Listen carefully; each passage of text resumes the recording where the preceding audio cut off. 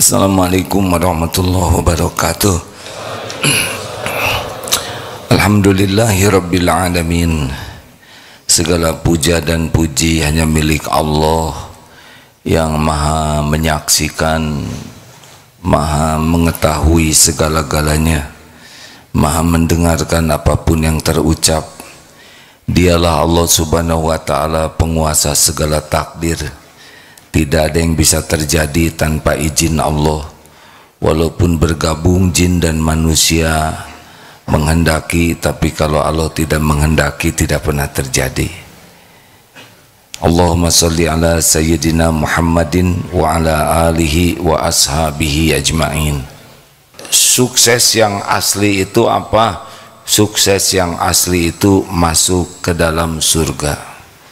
Tidak ada artinya di dunia kaya, berpangkat, jabatan, populer, cakep, kalau di akhirat jadi ahli neraka. Benar?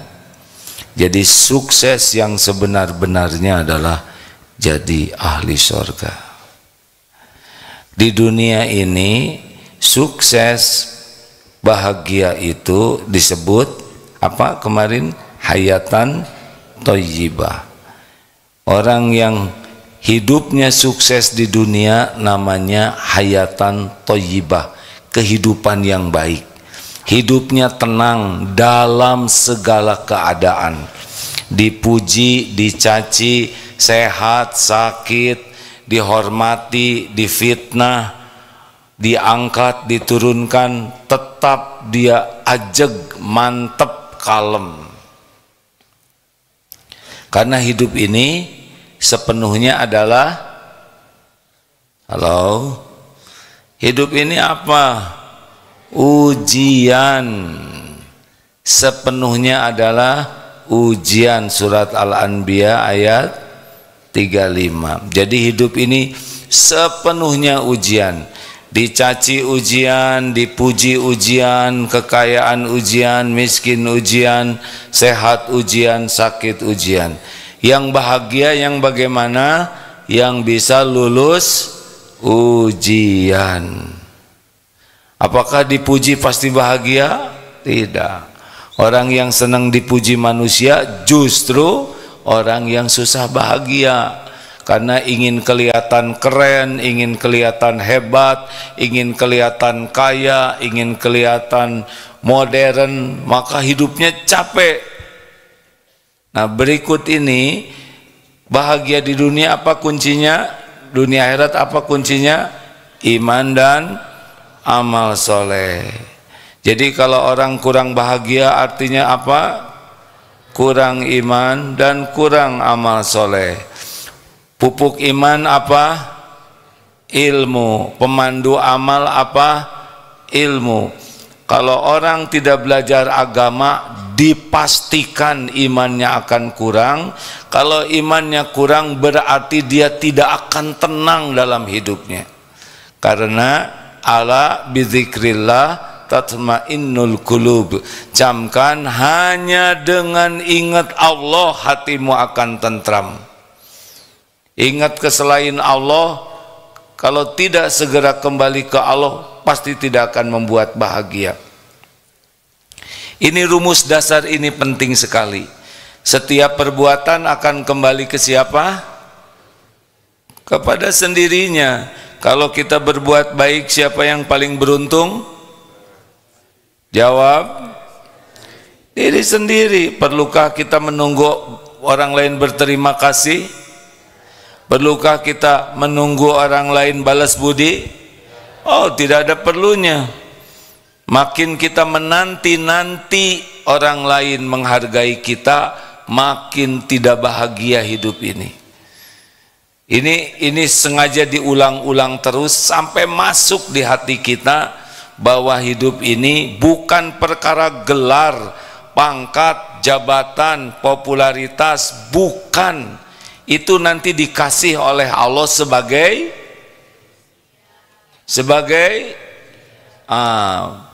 apakah punya harta banyak sebagai tanda sukses? Bukan sama sekali. Penjahat juga banyak yang dikasih harta banyak. Apakah punya jabatan tinggi sebagai tanda kesuksesan? Bukan, sama sekali bukan. Itu sebagai tanda beratnya ujian.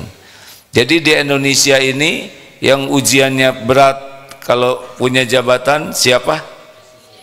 Presiden. Jabatannya maksimal 10 tahun, tapi nanti di akhiratnya dituntut luar biasa. Karena 275 jutaan orang, berat. Tapi kalau takdirnya jadi, bakal jadi. Hanya harus siap nanti mempertanggungjawabkannya. Ini adik-adik ya, adik-adik ini ciptaan Allah semuanya. Yang paling tahu bakat adik-adik ini adalah Allah. Gimana saya ingin masa depan? Gampang, masa depan kita sepenuhnya ada dalam genggaman Allah. Jadilah anak yang soleh, solehah, disukai Allah, nanti Allah kasih yang terbaik. Karena yang paling tahu yang terbaik bagi kita adalah siapa? Allah. Kalau Allah menghendaki kita jadi sesuatu, jadi tidak? Jadi. Bukan masalah biaya. Enggak. Kalau Allah mau, jadikan jadi. Mau kuliah di mana saja, semua kampus milik Allah. Yang paling penting bagi kita adalah Allah memilihkan yang terbaik untuk kita. Benar? Siapa yang tahu yang terbaik untuk kita? Nah, ilmu yang dipelajari dengan ikhlas dan berusaha diamalkan, itulah yang menguatkan iman. Tapi iman ini, Rasulullah bersabda di dalam hadis riwayat Imam Ahmad, derajatnya hasan, la yastaqimu imanu abdin, tidaklah istiqomah iman seorang hamba. Iman kita turun naik, tapi yang salah satu yang menentukannya adalah suasana hati. La yastaqimu imanu abdin hatta yastaqima qalbuhu, tidaklah istiqomah iman hingga istiqomah hatinya. La yastaqimu qalbuhu hatta yastaqima lisanu. Nah, lihat dari sini nih adik-adik. Jadi hidup bisa mulia, bahagia, iman turun naik, di antara kuncinya adalah jaga lisan. Pilihannya ada berapa? Bicara ini hanya dua. Falyaqul khairan au liyasmut, berkata baik atau diam. Jadi kita tidak punya pilihan yang lain. Kalau mau bicara ingin aman, falyaqul khairan au liyasmut, berkata baik. Kalau kita tidak bisa berkata baik, diam. Di bawah ini adalah sia-sia, di bawahnya lagi maksiat. Yang dua bawah ini akan menghinakan dan mencelakakan kita. Apa bicara baik? Bicara baik yang paling intinya ada dua bicara baik, yaitu zikrullah dan amar ma'ruf nahi mungkar.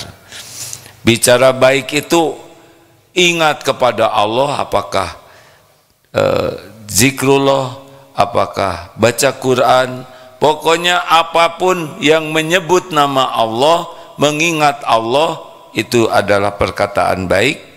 Dan yang kedua, ngajak orang menjadi baik dan mencegah orang dari perbuatan buruk. Berikut ini ada 4 ciri. Jadi kalau kita ngobrol, kita udah ketahuan levelnya level mana. Ini pengulangan, tapi mudah-mudahan santri baru bisa mendapat manfaat. Jadi ketika kita ngobrol, ini kalau diam kita tidak ketahuan. Pas ngobrol kita langsung kebuka tuh. Kayak kalau kita ngobrol tuh, nih inilah kualitas saya. Jadi bakal ketahuan pas kita ngobrol, kualitas akhlak, kualitas iman, kualitas intelektual, kualitas pribadi kita, maka yang paling aman diam. Tapi kalau sudah bunyi, kita ini kebuka. Nah, adik-adik, ini kembali ke bab perjodohan. Kalau nanti cari calon suami, dengar saja perkataannya. Ciri orang yang berkualitas tinggi, ya, ini orang yang paling bagus, yaitu kalau bicara ada cirinya. Yang pertama, dia akan banyak menyebut nama Allah. Apapun yang diobrolkan mesti kembalinya ke Allah, zikrullah. Yang kedua, kalau bicara ilmunya manfaat. Jadi kalau dengar orang ini bicara, kita dapat ilmu yang manfaat. 3, ketika bicara, karena bicaranya itu pakai hati kita pun akan tergugah. Kalau ilmu manfaat konsumsi akal pikiran, tapi karena bicaranya ikhlas, maka hati kita akan tersentuh, tergugah. Jadi kita pun tergerak untuk berbuat baik. Dan yang keempat, solusi. Jadi kalau ngobrol apapun, tidak hanya mempermasalahkan masalah, tetapi solusi. Jadi nanti maaf ya, kalau ada orang bicaranya hati-hati, selalu dipertimbangkan, sehingga yang keluar membuat kita ingat kepada Allah, membuat kita nambah ilmunya, membuat diri kita tergerak, dan membuat kita mendapatkan solusi. Itu orang yang bicaranya kualitasnya terbaik. 2, ini level yang kedua adalah orang yang biasa-biasa. Tadi yang utama. Apa cirinya? Orang yang biasa itu kalau bicara, ciri khasnya adalah menceritakan kejadian, peristiwa. Apa yang dia lihat, dia dengar, dia cerita.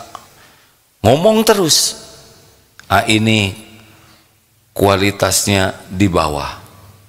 Kalau menceritakan sesuatu jadi ingat Allah, kalau menceritakan sesuatu jadi ilmu, kalau menceritakan sesuatu jadi hikmah, bagus. Tapi kalau hanya bicara banyak sia-sia, ini buang waktu. Orang yang banyak ngobrol kecenderungannya banyak buang waktu sia-sia. Ngaler ngidul, segala dibahas, segala diobrolkan. Ini rugi, karena tiap bicara pasti makan waktu, sedangkan waktu adalah aset kita, modal kita. Kualitas seseorang itu bisa dilihat dari bagaimana menggunakan waktu. Rasulullah SAW bersabda, min husni islamil mar'i tarkuhu malayani.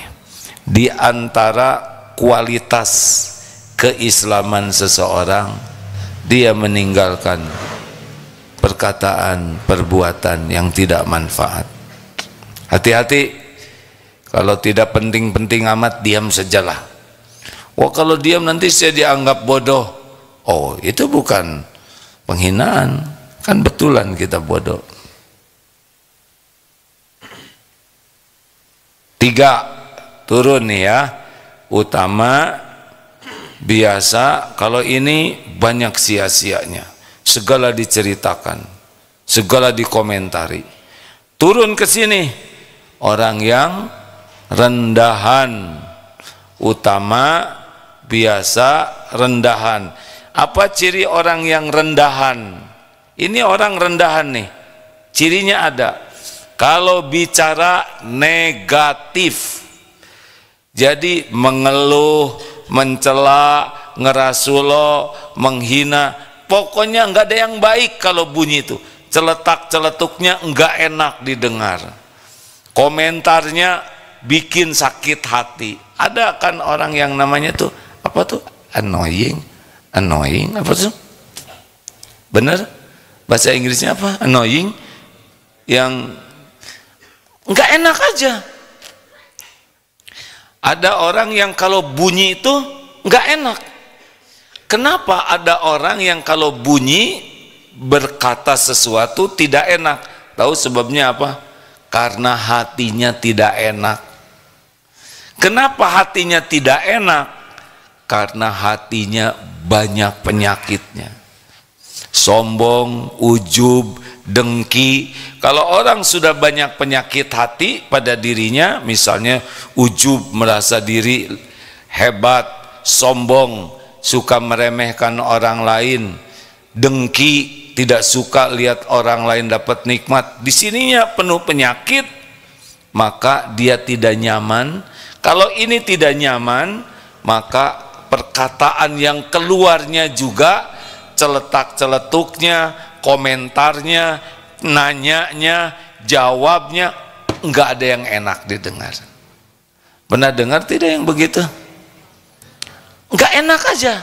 Pokoknya kalau dia ngomong tuh nggak enak aja. Ini khas sekali. Kenapa? Karena memang dirinya tidak enak hatinya. Kayak orang yang iri gitu ya. Terus ada temen nilainya bagus, nilai segitu pasti nih traktir gurunya tuh suudon, nggak enak. Wah, dia tuh punya motor baru, nyicil gitu, nggak enak. Pokoknya orang yang hatinya berpenyakit, khasnya adalah ngomongnya itu nggak enak, wajahnya juga nggak enak dilihat kalau ngomong tuh, dan nadanya juga nggak enak. Pernah dengar nggak yang begini nih? Yang dari bangun tidur tuh nggak enak aja, celetak-celetuknya tuh bunyi aja, tapi nggak ada yang bagus bunyinya. Ini namanya orang yang apa, Didin? Rendahan. Hati-hati nih. Ada lagi? Ada. Namanya yang keempat, orang yang dangkal. Utama, biasa, rendahan, dangkal. Ada yang dari bangun tidur tuh ngeluh aja, Pak. Aduh, badan kayak remuk. Bohong. Kalau remuk dia nggak ngomong, bener. Ini kepala ini serasa belah. Hehe. Emang udah nyobain kepalanya belah? Bohong. Ini saya ini pinggang nih kayaknya patah-patah. Kalau patah di opname ya. Ada orang yang kalau ngomong tuh didramatisir. Lihat apapun nanti dia ngomentar, tapi komentarnya jelek. Nonton TV, acara nggak ada yang bagus gitu. Lihat pilpres, kacau pilpres sekarang.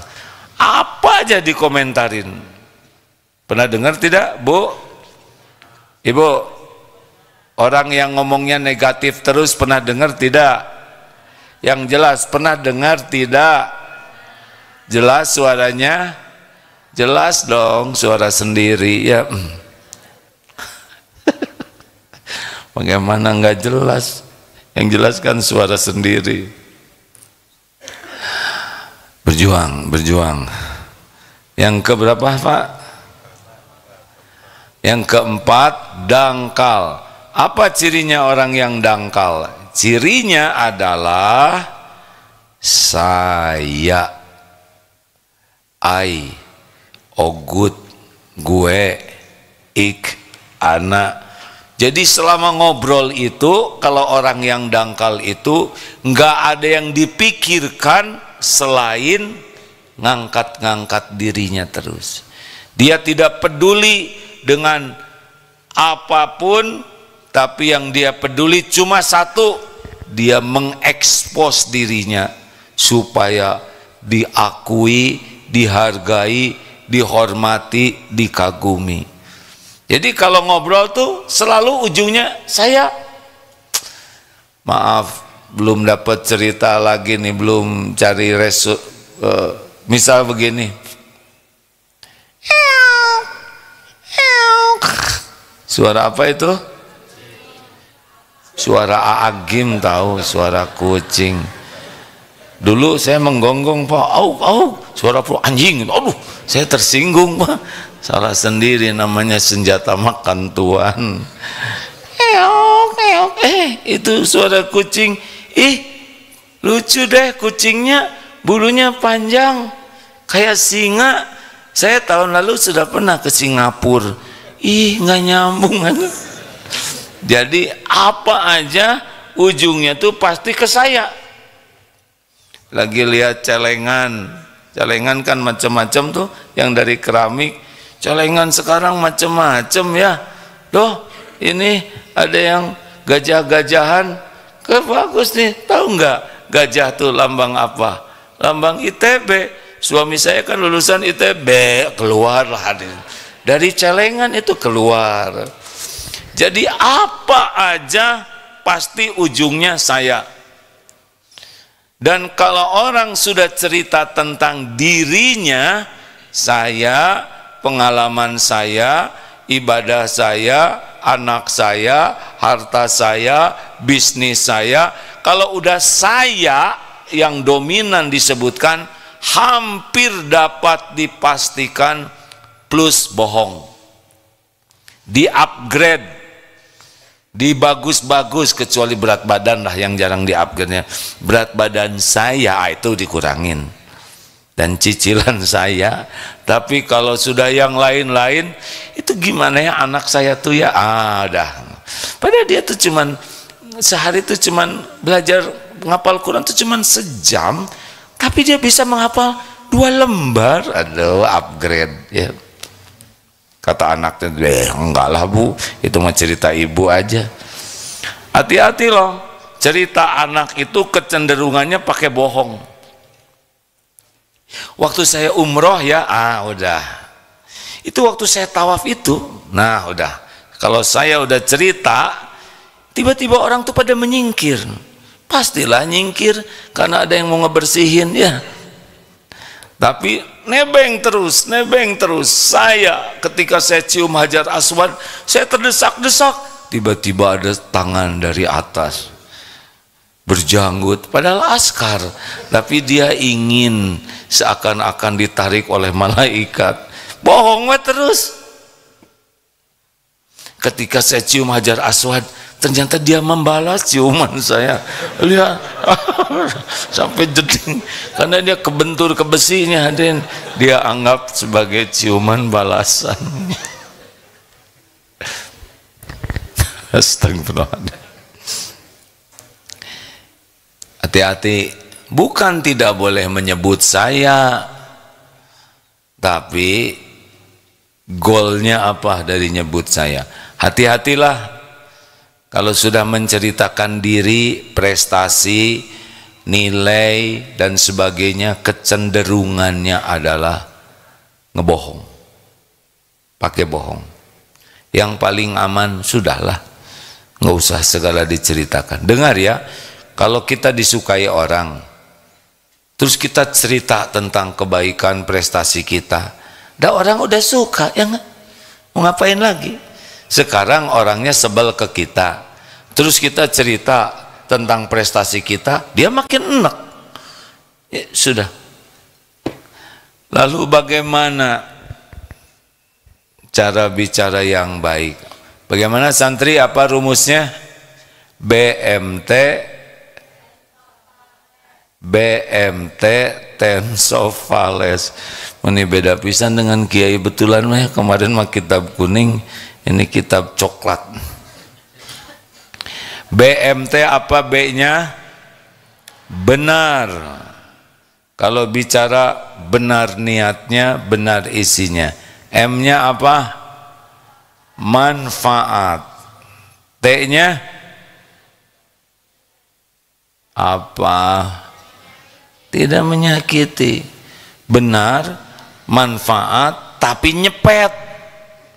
Jangan. Tensofales apa? T-nya tenang, so-nya sopan, fa-nya fasih, L-nya lembut, esnya secukupnya. Duh, Bapak rajin sekali nih, Masya Allah. Alhamdulillah. Bicaralah kalau yakin benar niatnya. Kalau di dalam ilmu kehati-hatian, intinya 3 sih. Tanya, apa niat saya bicara? Ada 3 Pak pertanyaan pada diri itu. Apa sih niat saya bicara? Pamer, sok pinter. Kan ada yang bicara tuh mau pamer, sok pinter, sok berwawasan luas, sok serba tahu. Ada tuh orang yang bicara tuh padahal dia juga nggak begitu ngerti. Cerita sepak bola dia detail sekali, seakan-akan dia yang jadi bolanya. Cerita kuda, dia cerita kuda segala macam, seakan-akan dia jadi kudanya. Bukan atau Pak, anak kuda ya. Pokoknya ada orang yang pintar aja dalam segala hal, pengen diakui orang, ini tidak pintar. Karena orang yang pintar dia akan tahu kapan akan berbicara. Tanya, apa sih niat saya bicara ini? Apa sih niatnya? Tanya pertanyaan pertama kalau mau bicara, tanya apa? Niat. Apa sih saya bicara ini, untuk apa? Mau apa? Apa yang saya cari dari saya ngomong ini? 2, pertanyaannya kalau mau bicara, isinya. 1 apa? Niat. 2, ini benar tidak sih yang saya omongkan ini? Bicara itu kan 2 hal, ilmu dan cerita. Ilmu dan cerita. Benar tidak ilmu ini? Cerita ini teh benar tidak? Ditambah-tambah tidak? Kejadian. Pokoknya kalau orang bicara tuh nggak jauh dari 2, ilmu dan kejadian. Yang ketiga, apa? Dampaknya. Apa nih? Kalau saya udah bicara ini, apa dampaknya? Saya dapat pahala atau saya dapat dosa? Orang lain jadi dapat manfaat atau orang lain jadi terluka? Apakah ini memotivasi atau membuat orang lain jadi putus asa? Tiap bicara ini ada dampaknya nih. Tanya, kalau belum yakin niatnya baik, belum yakin isinya benar, belum yakin akan manfaat, maka pilihannya adalah diam. Harus dilatih. Ada pertanyaan, silakan. Assalamualaikum warahmatullahi wabarakatuh. Waalaikumsalam warahmatullahi wabarakatuh. Bismillahirrahmanirrahim. Izin meminta saran. Saran? Agak sedikit melenceng dari tema. Bagaimana tips atau cara untuk mengajak calon atau suami untuk lebih belajar agama bersama, karena tadi kembali lagi ke lisan, takutnya sebagai perempuan tidak berhati-hati dalam mengungkapkannya dengan lisannya, malah membuat laki-laki tersebut tersinggung atau sakit hati. Terima kasih. Bagaimana cara, bukan menasehati. Kalau menasehati posisi kita udah di atas ya, memberikan masukan, gitu kan? Karena kalau posisi udah saya mengajari, saya menasehati, saya memberitahu, kita udah naik nih. Berarti kita udah, nah ini kecenderungannya tidak enak. Posisi yang bagus itu adalah di bawah. Saya membantu menyampaikan, saya membantu, nah gitu, baru enak. Bisa dipahami tidak? Karena tidak ada orang yang mau direndahkan, apalagi ini calon, ya kan? Berarti calon apa? Kan beberapa calon itu, calon presiden, calon suami. Insya Allah. Ya, kemarin udah tahu ilmunya ya, bahwa ciri orang yang kira-kira bekal baiknya konsisten, 1, semangat belajar agama dan mengamalkannya. 2, tidak diperbudak duniawi walaupun dia punya dunia. Dan yang ketiga, selalu fokus untuk memperbaiki diri. Nah, bagaimana? Dengar ya Dek, tugas kita bukan mengubah, tapi fadzakir innama anta mudzakir. Kita hanya mengingatkan. Jadi mengingatkannya dengan cara yang baik, jaga kehormatannya. Ya, caranya begini. Saya sesudah dapat ceramah ini rasanya hati saya tenang. Bener ya, kalau makin paham itu makin nyaman. Pintunya kan dari sana. Tapi gini, cik atau calon belum juga jadi suami udah blow on. Oh, udah ini calon batal ini.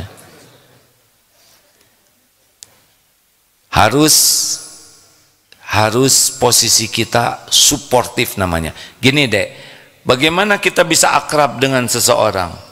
Pertama, aman. Jadi kita ini baru bisa dekat kalau dia merasa aman. 2, suportif. Bahasa Indonesianya apa ya? Mendukung. Jadi posisi kita bukan menghakimi, bukan merendahkan, tapi mendukung, mensupport. Yang ketiga, terbuka. Kita harus jadi orang yang siap diberikan koreksi. Baru itu akan dekat. Orang tua dengan anak akan dekat kalau anak merasa aman, anak merasa didukung, dan anak bisa juga menyampaikan sesuatu kepada orang tuanya. Tapi kalau orang tuanya tiap ketemu anak hanya 2, nyuruh dan melarang, nah, udah sholat belum? Kamu mau masuk ke surga neraka, ha? Horor aja. Anak pasti nggak pengen ketemu. Kalau tiap ketemu tidak aman. Yang kedua, bagian menghakimi. Kamu ini nyusahin orang tua, hakimi, ya kan? Dasar pemalas, kedul, nggak mau belajar. Itu udah pasti nggak mau dekat. Dan yang ketiga, sudah tidak mau dikoreksi, udah merasa paling benar terus, nggak bisa. 3 kunci supaya dekat. 1 apa? Aman. 2, suportif, mendukung. Dan yang ketiga, terbuka. Coba begitu Dek. Terima kasih. Assalamualaikum warahmatullahi wabarakatuh. Waalaikumsalam. Boleh saya memberikan masukan? Banyak istiqoroh ya Dek. Karena sebelum nikah itu belum tahu yang sebenarnya. Apalagi sedang love story. Kalau sedang love story, dengar namanya aja sudah bergetar jiwa, merasuk sukma. Iya, pas absensi disebut namanya leketai. Aneh. Kalau lagi jatuh cinta mah udah semuanya serba indah dalam tanda kutip. Tapi nanti sudah nikah baru aslinya ketahuan. Kualitas keteknya seperti apa, ya enggak? Maka harus sangat siap. Tidak ada suami sempurna, tidak ada istri sempurna. Yang ada adalah semuanya ladang amal, kebaikan dan kekurangannya. Tapi pintunya 3 tadi. Senang belajar dan mengamalkan, tidak diperbudak duniawi, dan fokus memperbaiki diri, PDLT. Lanjut. Yang mana nih? Ada orang tua, ada anak. Dek. Assalamualaikum warahmatullahi wabarakatuh. Ya Sayyid ya Ustadz, saya mau bertanya. Tunggu dulu ini. Ini di hadapan saya 1 remaja, 1 kakek-kakek, tapi suaranya ibu-ibu. Saya nenek-nenek. Oh iya, Nek. Di mana nenek tuh? Ada jasadnya enggak? Oh, angkat dulu. Saya Iya, tak tahu. Iya. Oh, ada neneknya? Iya, alhamdulillah. Ya, sekarang kami khawatir ya, ada suara tidak ada rupa.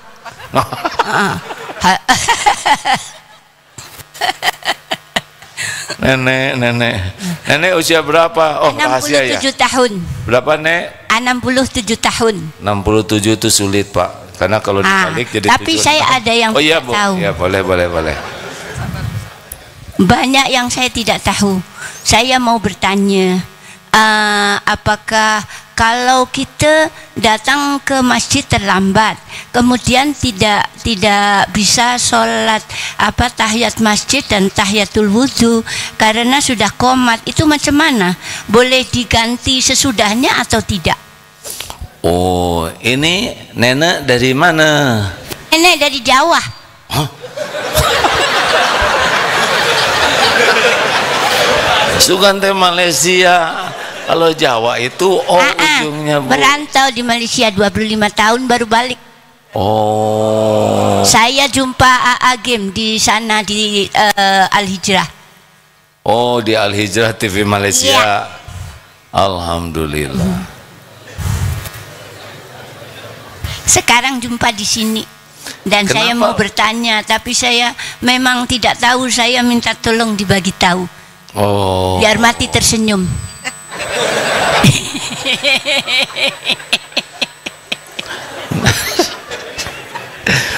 Tidak boleh mengeluarkan kata-kata yang salah ya. Oke. Oke. Oke, nenek ini modern sekali. Tadi apa nenek itu nanya apa sih? Ya, saya ingat sekarang, Nek. Itu tadi pertanyaannya saya, kalau kita pergi ke masjid, saya selalu diberitahu suruh sholat tahiyatul wudhu dan sholat tahiyatul masjid, kemudian sholat qobliyah kan. Tiba-tiba sudah mulai, jadi kami tak boleh sholat tahiyat masjid ataupun sholat itu apa boleh baik.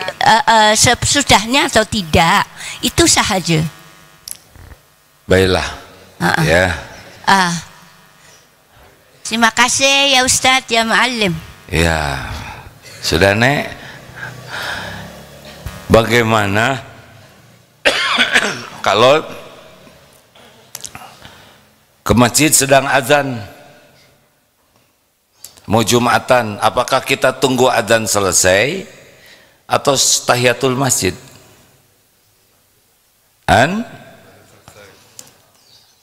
Tahiyatul masjid, langsung sholat saja, karena menjawab adzan sunnah, tapi tahiyatul masjid lebih tinggi lagi derajatnya. Bagaimana kalau sedang sholat qobliyah, qomat, berkumandang waktunya sholat, batalkan, ikut saja, jangan mempertahankan sholat sunnah, sudah qomat nanti dikejar ya nggak? Allah, salah. Kalau sudah qomat sudah tidak ada lagi sholat qobliyahnya. Misalkan kita baru serakaat, udah ikut saja kepada sholat ya. Kalau sudah wudhu, memang bagus sekali sholat sesudah wudhu ya. Masuk masjid bagus sekali, sebelum duduk kita penghormatan ke masjid. Tetapi kalau sudah masuk waktu sholat, ya sudah, itu nempel dengan waktunya. Kalau ibu mau lagi, nanti tinggal tidak bisa sudah sholat duhur misalkan terus sholat tahiyatul masjid, karena sholat tahiyatul masjid itu adalah penghormatan. Kalau mau tinggal sholat sunnah yang lain ya. Bapak dulu ya, orang tua dulu ya, maaf. Assalamualaikum warahmatullahi wabarakatuh. Waalaikumsalam warahmatullahi wabarakatuh. Nama saya Toto dari Serang, peserta PMK Ramadan, Pak. Masya Allah, Pak Toto ini semangat sekali belajar. Usia berapa, Pak Toto? Sama dengan nenek, Pak, 67. Oh.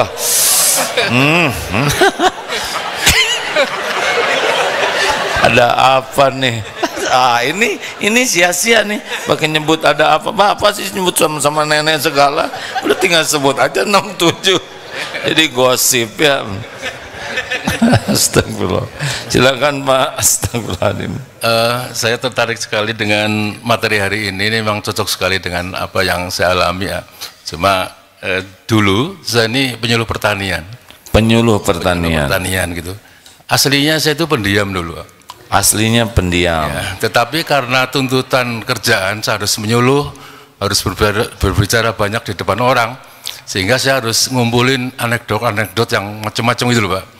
Sehingga terlahir saya dengan kerja itu menjadi orang yang banyak humor, jadi lucu, tapi sia-sia karena yang porno juga banyak di situ. Yang porno juga ada ya. Jadi sia-sia. Emang menyuluh apa Pak sampai porno begitu?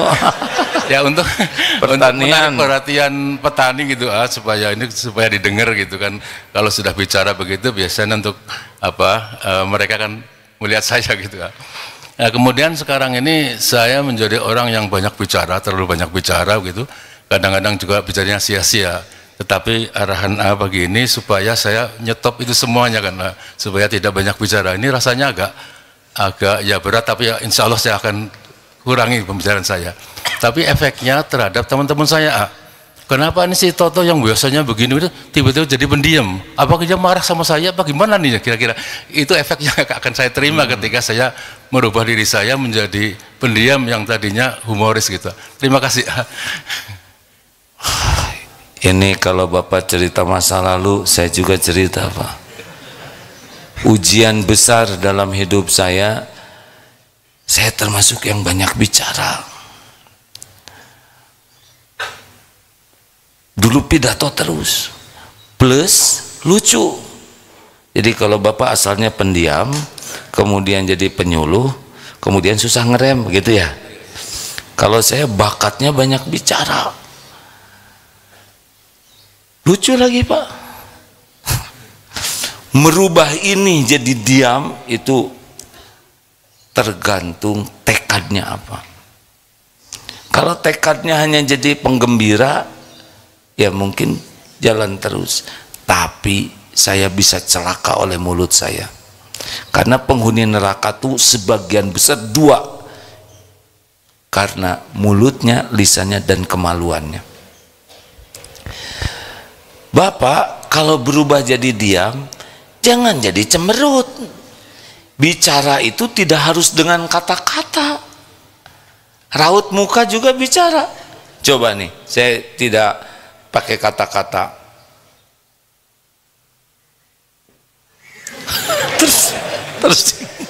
tersinggung kan?